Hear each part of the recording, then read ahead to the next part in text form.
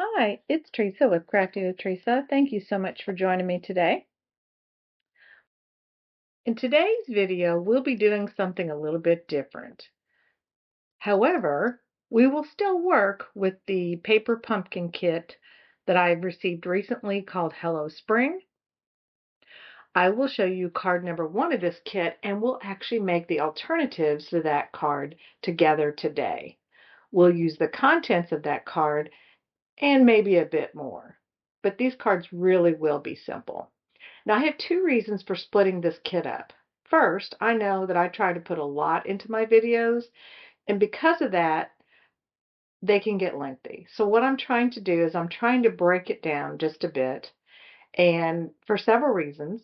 One, it'll help me to keep it simple, and then maybe it'll help me complete these cards all at once, because today's cards will be going out in the mail very soon. Now, enough of my chatting, let's get to crafting.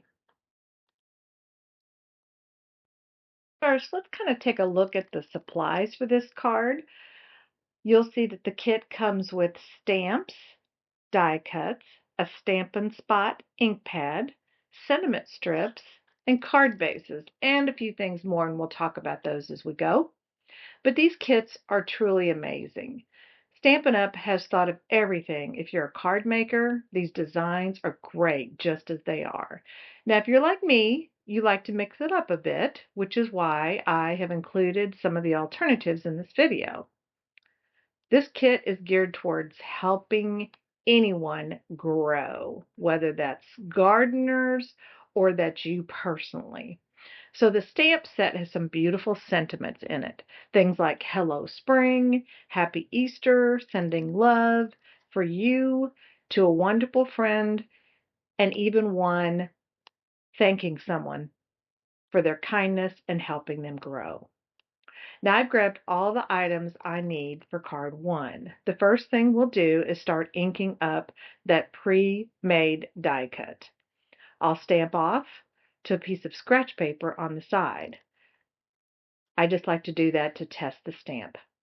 I'll add the beautiful petunia pop to the stamp and put it randomly around the stems, and we'll set that to the side for now.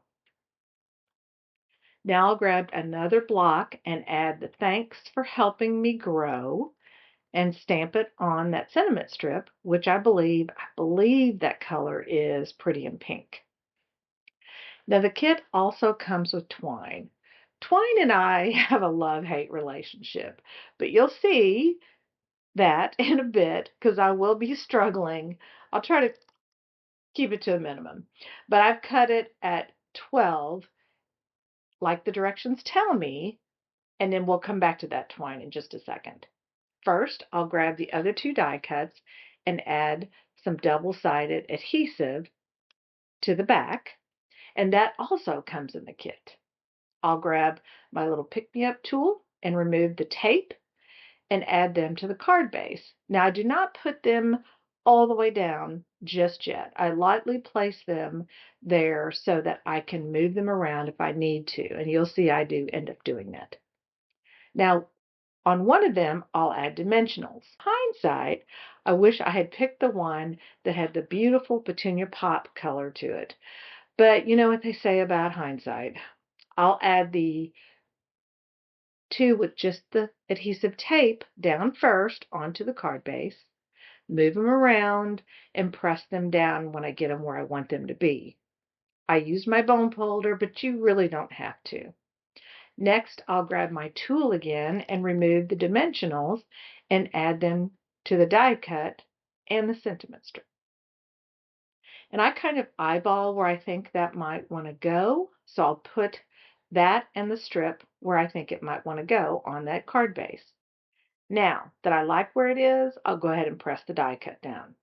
Now here's where the fun begins. I really struggle with those what I call cattywampus looking bows that land behind the strips. I'm more of a pretty bow person, so the funny thing is, though, I make crazy tears into cardstock, I make diagonal strips, I made off-center things, I make messy bows, but I really have a hard time with those crazy looking bows behind the sentiment strip.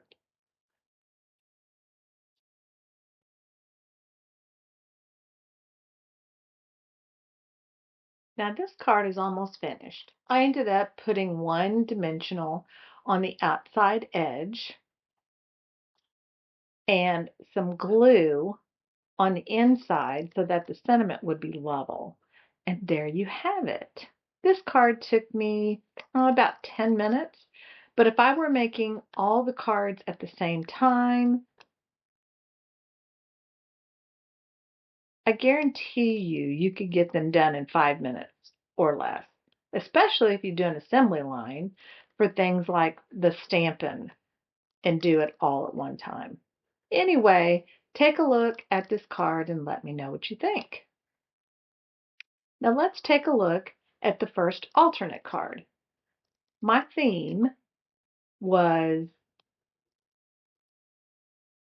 in most of these cards today anyway, is easy peasy.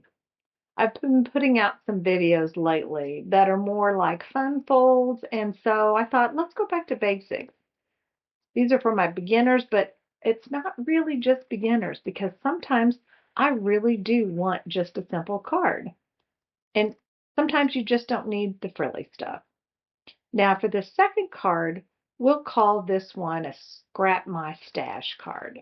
I mentioned in my last video, one of the things I do when I get dies is to go ahead and make some frames and die cut.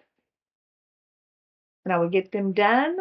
I'll usually grab some of those colors that I know will be coming for the season of the year. So I had this blue nested arch frame die cut already done. So I grabbed this blue arch frame die cut and thought that would look good with this design. Now for time's sake, I already added the adhesive to all of the pattern papers and the dies. So we'll frame that paper pumpkin die cut with some glue. Glue that frame around. Now, I decided I wanted that to be a little cleaner, so I grabbed my paper snips and fussy cut around it to clean up those edges. Now, I needed a birthday card, so I went to my sentiment binder and started looking through to see what I could use for this birthday card. I already had a happy birthday in pink, so I cut that down and we'll just use that. Now, here we go. I'm working with twine again. I'm telling you, when I use twine, I really, really need the wine in it because I just have a time. So this time I tried something a little different. I wrapped it around the outside, pulled it to the inside, tied a knot, and made a faux bow, we'll call it. Now all I have to do is add the dimensionals to the sentiment, and this first alternate card is done. No frills here for sure. But I think it turned out great. What do you think? Now, while I'm finishing up this card, I wanted to let you know I had a little helper in here today. My lovely little rescue dog wanted to get as close to me as possible, so he moved my camera around a few times, and I didn't notice it until after I was finished putting my cards together, glued down and everything.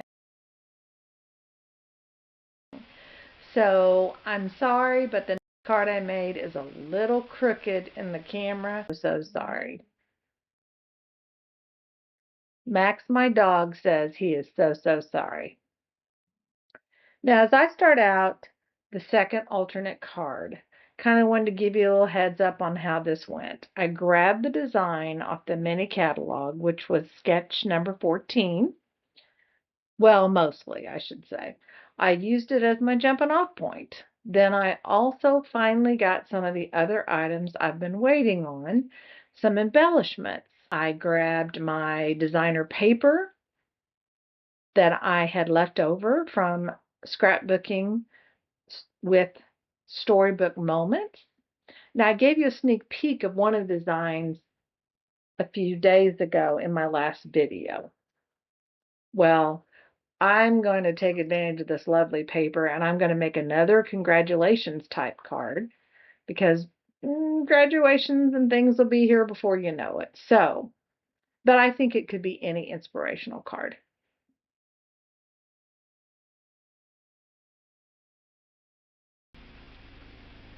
So here's another one that's pretty basic. So I grabbed that beautiful scalloped oval die and I decided that that could be the focal point, kind of going along with the idea of sketch number 14. Got my card base together. I'd already used the die cut and cut out what I wanted of that die cut from the paper pumpkin kit. Again, basic here. I just put the paper to the card. Now, I did need to cut down that, I think it's coral is the color that we have here. And in the design, it shows that it's done in what is called, I think some people call it a dovetail. So I just took my paper snips, cut it to meet it in the middle, and that's how I make my dovetails. So I'll put that down with just some glue. By the way, the dimensions on that was 3 by 4 for that dovetail. And the next thing that we're going to do is we're going to take that oval. And here's another one in hindsight. I kind of wished I would have grabbed a coral color and put some of those flowers on the top, but I did not. So we're just going to go with it as it is. I did go ahead and use one of my ephemera from the sentiment binder. Again, this is kind of a craft my stash kind of video, and I'm trying to make them easy. So these can be anything that you have in your stash.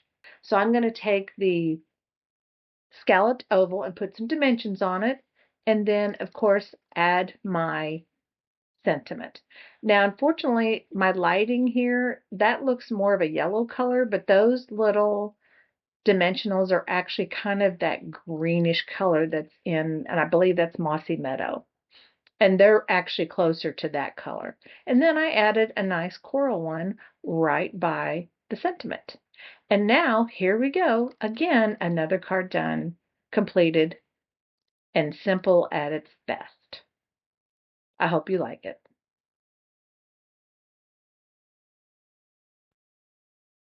So our last card that we're going to be making here today, I have 2 others, but I'm not going to get those in the video today. This one will be another one where we're going to use basically the frames that I already have. If you have any kind of die cuts or things like that, this will work out great for this. I needed an anniversary card, and I love the frame that came out of the storybook frame stamp and die bundle set that I have. And so I wanted to use that frame. This is an anniversary card, like I said. So I'm grabbing those, we're going to call them stems, and I'm going to add the pretty Petunia Pop color. I did do a little bit of masking there because I didn't want to have to keep cutting and working with that and trying to center it and things like that. So I wanted that frame at that point, and I kind of just built like a little latch. I put some removable tape on the bottom so that when I stamped, I wouldn't have to worry about it going outside of that frame. Now, as we work on the sentiment, I actually grabbed the sentiment Happy Anniversary from the Layers of Beauty stamp set. And again, all the information will be in the description box below for all of these stamps and dies and designer papers, etc. So I'll put all that in the description box, but I grabbed that and I actually stamped it in the Petunia Pop on that Pretty in Pink sentiment strip. And this card is almost ready to go. So how quick and easy that is. As you can see, I've already cut out this paper with one of those die cuts, and that will be in another card. I think that's going to be a vintage card that I'm working on. At least that's where I'm going with that in my head. Now I'll place that very vanilla cardstock that I stamped my little design on. I'll place that down, and then I'm going to go ahead and put dimensionals on that frame and add that over to the top. We'll put some dimensionals on the happy anniversary. Now I will put a little glue on the top of that because that's going to go right at the bottom of that frame. And I'll cut down some dimensionals, put that on the bottom of that sentiment strip, and this card will be ready to add some embellishment.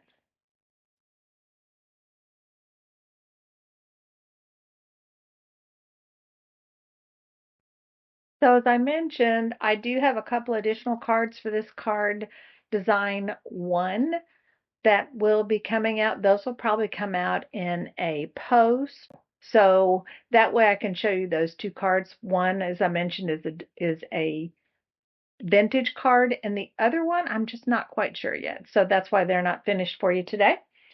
I do have those other 2 designs that I'll be looking into, and I'll put additional videos out for them. But I want to thank you so much for joining me today, and I hope you liked this video, and I hope you'll hit the like, subscribe, and notification button so you can see the new videos as they come in. And if you get a chance, comment and share. It helps YouTube to notice me. So stay tuned, more videos to come, and until next time, have a great day.